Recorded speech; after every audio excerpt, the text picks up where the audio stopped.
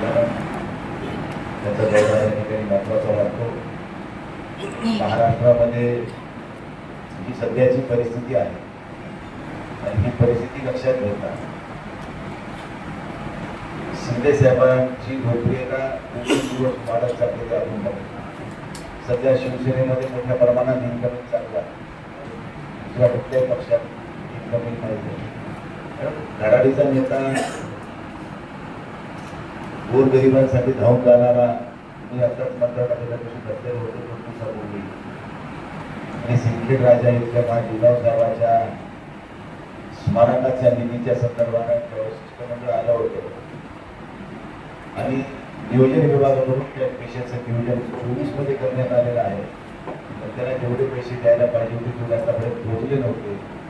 ते नियोजन अधिकाऱ्याला त्या ठिकाणी सेक्रेटरीला बोलून त्यांनी पैसे 21 रुपये आपल्या मुलीमधून 50 कोटी रुपये त्यांनी त्या ठिकाणी पर्यटन विभागाला देऊन ते काम सुरू करायला लावलं.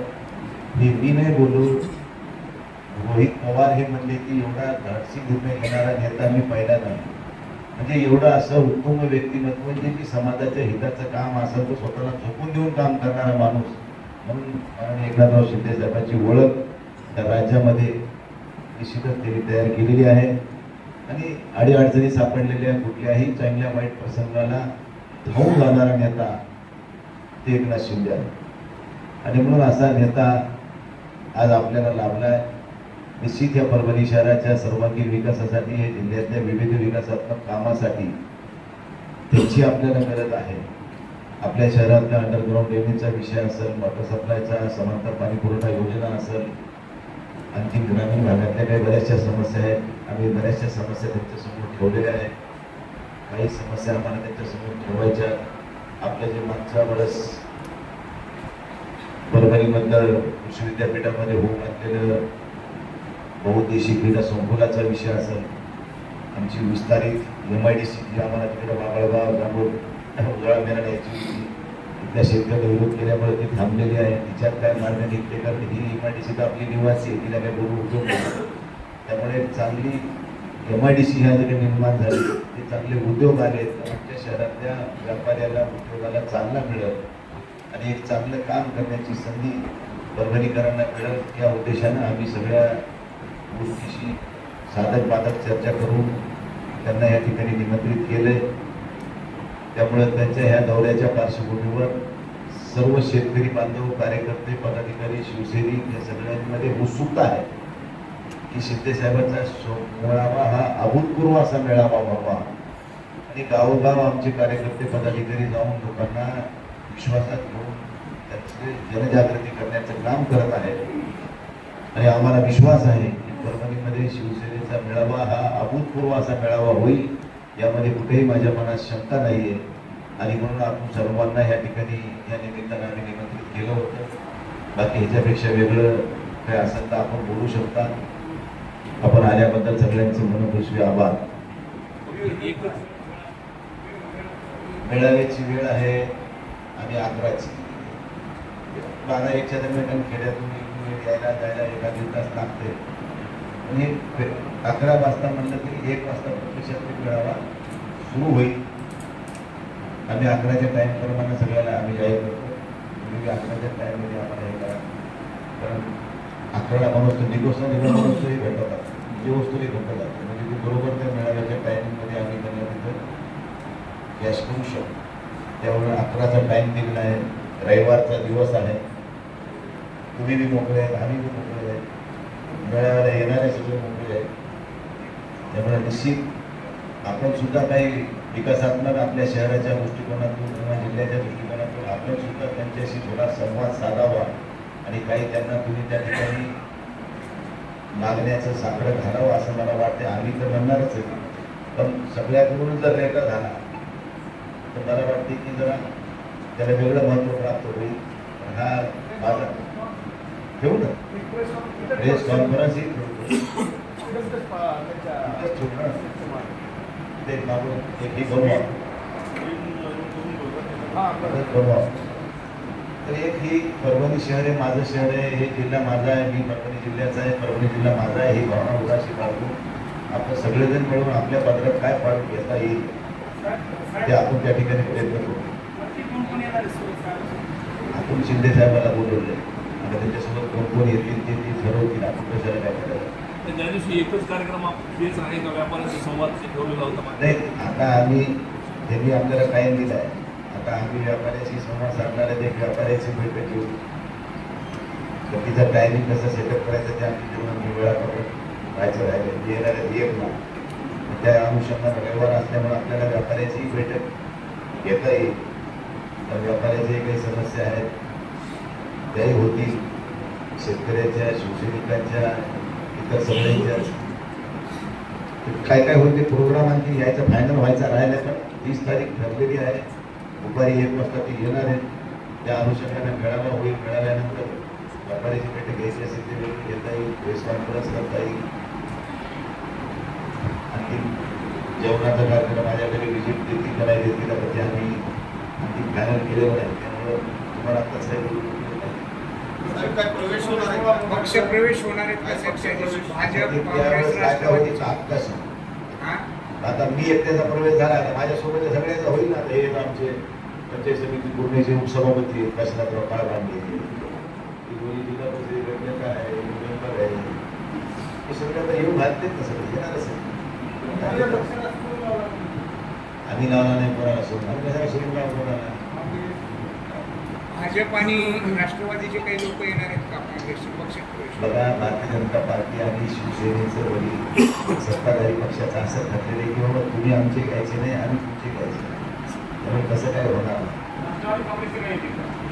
त्याचं आता काय सांगू तुम्हाला त्याच्याविषयी. त्या दिवशी आपल्याला तिथे कळत नाही कोणी यायचं, कोणी चाललंय, येते का नाही येते.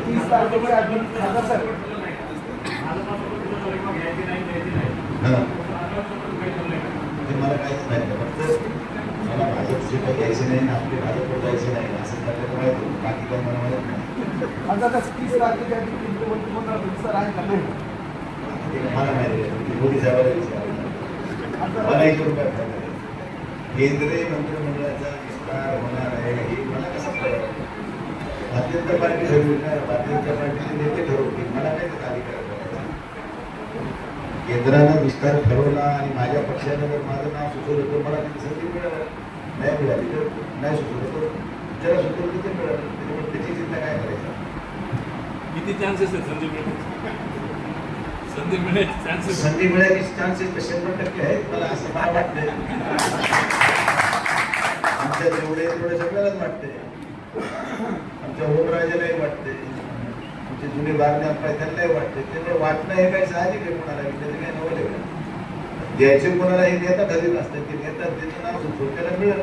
मागं ओमराजे म्हणले की या रेस केंद्रीय मंत्रिमंडळाच्या विस्तारामध्ये माझं नाव नाही आणि तुम्ही तरी घेणार नाही ते इंटरेस्टेड नाही. ठीक आहे, पण शेवटी बघा पक्ष नेतृत्वाचा निर्णय असतो. आम्ही काही जरी म्हणलो तरी त्याचा काही त्याला अर्थ नसते. जे नेते ठरवतात ते फायनल असतात आणि जे नेते ठरवतील ते काय आहे.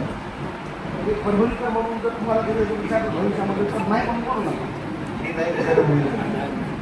ओमराजे साहेब तुम्ही नाही म्हणून बोलू नका. मी कधीच काही नाही म्हणलो नाही. पण मी कधी आग्रह कधी बसलो नाही. मिळालं ठीक आहे, नाही मिळालं सभा करणार. ते बक्स पेढ्यावर भाग्यशी जायला कधी त्यांच्या मनात काय ते विचार आहे. त्यांच्या मनात काय तुझ्या मनात काय ते सांगितलं. लोकसभा येतील मिळालं. मेळाव्याला लोक नाही म्हणजे तरी 20-25 हजार लोक येईल. सर्व ओपन करावं. गेट ओपन करू. आम्ही वॉटर प्रूफ मंडळ कुठं लावले. चांगल्या प्रकारचा कार्यक्रम होईल अपेक्षित असा. त्यामुळे कुठलीही अडचण काही भासायचं कारण नाही. आता पार्किंग व्यवस्था आता पोलीस प्रशासनासोबत बैठक होईल. त्यानंतर विष्णूजींचा परिसर असेल, प्रशासकीय व्यवहार असल्यामुळे प्रशासकीय मातीचा परिसर असेल, पुन्हा परिसर असेल, ज्ञानपाठक कॉलेजचं ग्राउंड असेल, हे जे पार्किंगला गेल्या सोयीसोयीचे ठिकाण असतील त्या ठिकाणी पार्किंग करूनच त्या ठिकाणी रहदारीला होईल म्हणायची गरज नाही. रविवार असल्यामुळे ते मोकळे स्टेशन रोडला आपण पूर्ण गाड्या रोडला घेऊन बघू शकतो. मात्र सोडून दोन्ही बाजू दुकानं बंद असतील तर काय अडचण नाही. भूमीला आपल्याला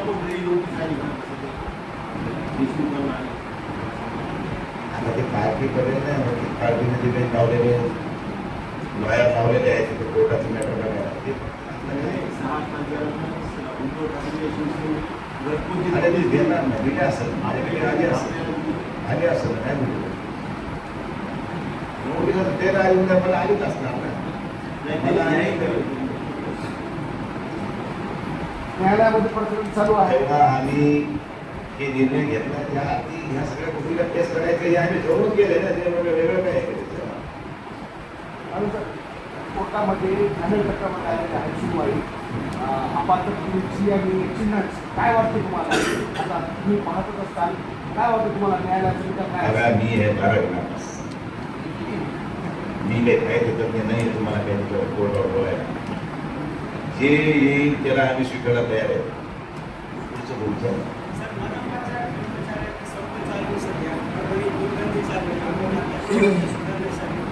मनपाच्या जीएसटीचा विषय आहे वाढीव जीएसटीचा त्या संदर्भानं या राज्याचे माननीय मुख्यमंत्री देवेंद्र फडणवीस साहेबांनी मागच्याच आठवड्यामध्ये एक बैठक घेऊन त्याला उद्याच्या कॅबिनेटमध्ये विषय ठेवण्याचे आदेश दिले. उद्या मंगळवारी जी कॅबिनेट होईल त्या कॅबिनेटमध्ये वाढीव जीएसटीचा विषय मार्गी लागेल आणि नगरपालिका प्रशासन महापालिका प्रशासनामध्ये एकच महापालिका नाही आपली जवळजवळ 6-7 महापालिका आहेत त्या सगळ्यांचा विषय आहे तो निश्चित त्या दिवशी मार्गी लागेल. तेच विषय करायचे या विषयावर मुख्यमंत्र्यांनी ते आदेश दिले त्याच्या संदर्भात उद्या कॅबिनेटमध्ये प्रस्ताव येईल. तुमचं काही समाधान होत नाही चालूच असतं डिफेंडरचा विषय चालू. आता त्या आपल्याला काय हे आहे आता मी होतो मुंबईत आणि माझा काल संभाजीनगरला कार्यक्रम होता त्या प्राईड नॅशनचा हयातला मला यायचं होतं राज्यपाल आणि सगळे होतो तर मी येताना ती मित्राची गाडी होती श्याम गंभीरे नावाचा माझा मित्र आहे त्याची गाडी ती गाडी आजची नाही 2 महिन्यापूर्वी घेतलेली गाडी मी आज काल येताना घेऊन आलो तरी मी आले तर उद्या मी एका दुसरी गाडी आली म्हणजे ती मला हीच गाडी आली ती गाडी कोणाची आहे कोणाच्या नावानं आहे काय आहे ते किती बघता का नाही माझ्या नावानं काय इथं काय झालंय आम्ही काय केलं की कोणाला खपत नाही काय केलं की ते केलं शिवून आज दुसऱ्याने 10 घेते त्याला कोणी विचारलं नव्हतं आमचं ते कोण काय लोकांना त्याला मी काय बोला माझ्या चेंज हो त्या दिवशी विमान घेतलं म्हणतात विमानाला गेलो आम्ही तिथे प्रायव्हेट जेट ना आलो प्रायव्हेट जेट गरीब की बीवी सबकी झाली आमचं असं झालंय की काही लोकांना देवाना झाले तर नाही झाले पण आम्ही बी ठीक आहे चलत राहणार नदीर विमान म्हणजे पेढी नाहीतच म्हणजे आम्हाला नदीर विमान पेढी नाहीतच म्हणजे आम्हाला एकदा तू मोठा पाऊस होता दिवाळीला खरं मंत्री झाले गाडी घेऊन त्यावेळेस तुम्ही मंत्री झाले राहतात साहेब. आम्हाला कोण बघितले बघा शेवटी मी कधी कोणत्या खेळावर ह्या पेक्षा काय कुठे औषध केलं नाही मी काही माझ्या प्रस्थापित करण्यातून राजकारणाला उदयाला आलेलं नाही त्या सगळ्यांच्या सहकार्यानं मला ही सगळी संधी मिळाली सोनं जरी नसतं घुमवलं पण सोन्यासारखी माणसं बाकी सगळ्या प्रक्रिया पाहून आहेत मी प्रवाहात काम करत असताना तर माझी 5वी टर्म मी उद्या एखादं काही गोष्ट केली ती तर लोकांना एवढं वाढ करण्याची काही गरजच नाही हे सामान्य लोकांचं पोटात तुकडं नाही हे काही जे 12 महिने आमच्यावर लढणारे लोक आहेत त्याला काही केलं तर आमचं ते होत नाही ते लोक फक्त त्या व्हॉट्सअप फेसबुकवर धरणा करतात आणि ठीक आहे असे निंदकाचे घर असावे शेजारी त्यामुळे असे लोक असल्याशिवाय माणूस चर्चेत असणार पाहिजे चांगल्या प्रकरणानं असो वाईट असो त्यामुळे चर्चेत येतं आपण नाव निघायला मिळवतं आपलं ठीक आहे बाबा तुला धन्यवाद मानले पाहिजे त्याच्यावर एकनाथ शिंदेचा दौरा लावला दुसरीकडं शिवसेनेच्या संपर्क प्रमुखांनी बैठक लावली ठीक आहे तर त्याचा पक्षाचा विषय आपल्या पक्षाचा विषय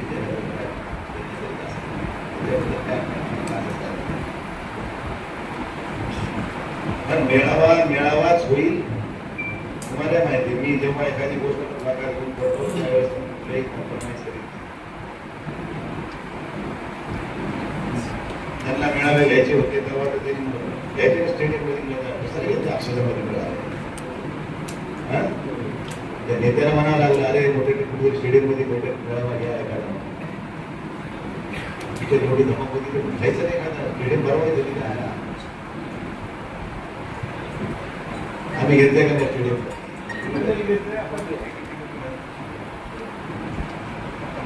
उत्तर देऊ त्या दिवशी सगळ्या गोष्टीची चिंता करू नका. चला बाकी संपलं समजू